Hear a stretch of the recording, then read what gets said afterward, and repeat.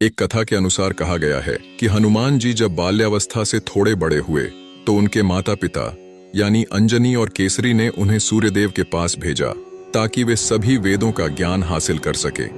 अपने माता पिता की बात मानकर हनुमान जी ने सूर्यदेव के पास पहुंच गए। उन्होंने सूर्य से गुरु बनने की प्रार्थना की। सूर्यदेव ने सोचा कि यह बालक इतना बलशाली है कि कुछ समय पूर्व मुझे ही निगल गया था, कहीं इसे शिष्य बना लिया तो पता नहीं और क्या क्या उत्पात मचाएगा। सूर्यदेव हनुमान जी बात सुनी और कहा कि मैं एक पल भी कहीं ठहरता नहीं हूं। मेरा रथ लगातार चलता है, मैं रथ से उतर नहीं सकता, ऐसे में मैं तुम्हें ध्यान कैसे दे सकता हूं। हनुमान जी बोले कि आप बिना रुके ही मुझे शिक्षा दे सकते हैं, मैं आपके साथ चलते चलते ज्ञान हासिल कर लूंगा। सूर्यदेव ने हनुमान जी की बात मान ली। इसके बाद सूर्यदेव ने हनुमान जी को सभी वेदों का ज्ञान दिया, शास्त्रों के रहस्य बताए। हनुमान जी भी शांति के साथ सारी बातें समझी। हनुमान जी की पाठशाला। जब हनुमान जी सूर्यदेव के शिष्य बने तब हनुमान जी ने अपने स्वरूप को विराट किया। उसके बाद जिस वेग से भगवान सूर्य अपने रथ पर चल रहे थे उसी वेग से सूर्य के समानांतर हनुमान जी उड़ने लगे। सूर्यदेव ने उन्हें एक एक करके सभी विद्याएं देना प्रारंभ किया।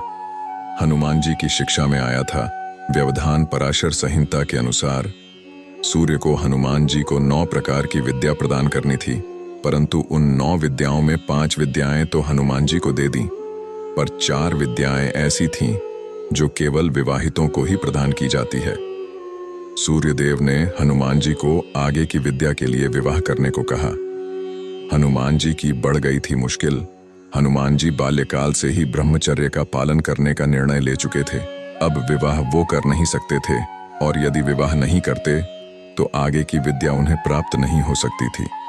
हनुमान जी निराश हो गए और सोच में पड़ कि इस समस्या का समाधान कैसे निकाला जाए।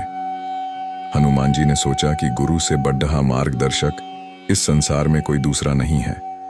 इसलिए हनुमान जी ने सोचा कि अपने गुरु सूर्यदेव से ही समाधान लिया जाए। ऐसा विचार कर हनुमान जी सूर्य के पास आए और अपनी समस्या बताई। सूर्यदेव ने कहा कि समस्या तो गंभीर है। एक तरफ विवाह के बिना तुम्हें विद्या प्राप्त नहीं होगी और दूसरी तरफ तुमने ब्रह्मचर्य का पालन करने का व्रत लिया है। सूर्यदेव ने एक युक्ति सुझाई कि हनुमान, तुम एक काम करो, किसी कन्या से विवाह कर लो, पर गृहस्थी मत बसाना, तो तुम्हारा ब्रह्मचर्य भी नहीं टूटेगा और तुम विद्या भी प्राप्त कर लेना। हनुमान जी अपने गुरु की आज्ञा के अनुसार कन्या की खोज में निकल गए, लेकिन जैसे ही वे अपना यह प्रस्ताव रखते कि हम आपसे विवाह करेंगे पर गृहस्थी नहीं बसाएंगे, तो कन्या या उनके माता पिता विवाह से साफ इनकार कर देते थे। कन्या की तलाश में हनुमान जी का बहुत समय नष्ट हो गया। अंत में वे अपने गुरु के पास पुनः इस समस्या के समाधान के लिए पहुंचे।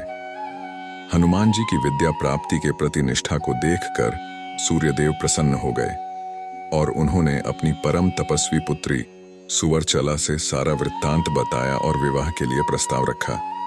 सुवर्चला ने जब यह जाना कि विवाह उपरांत गृहस्थी नहीं बसानी है तो वो भी विवाह को तैयार हो गई। क्योंकि सुवर्चला स्वयं बड़ी तपस्विनी थी, अतः उन्हें भी उनके तपस्या में कोई विक्षोभ न दिखा और वे विवाह को मान गई।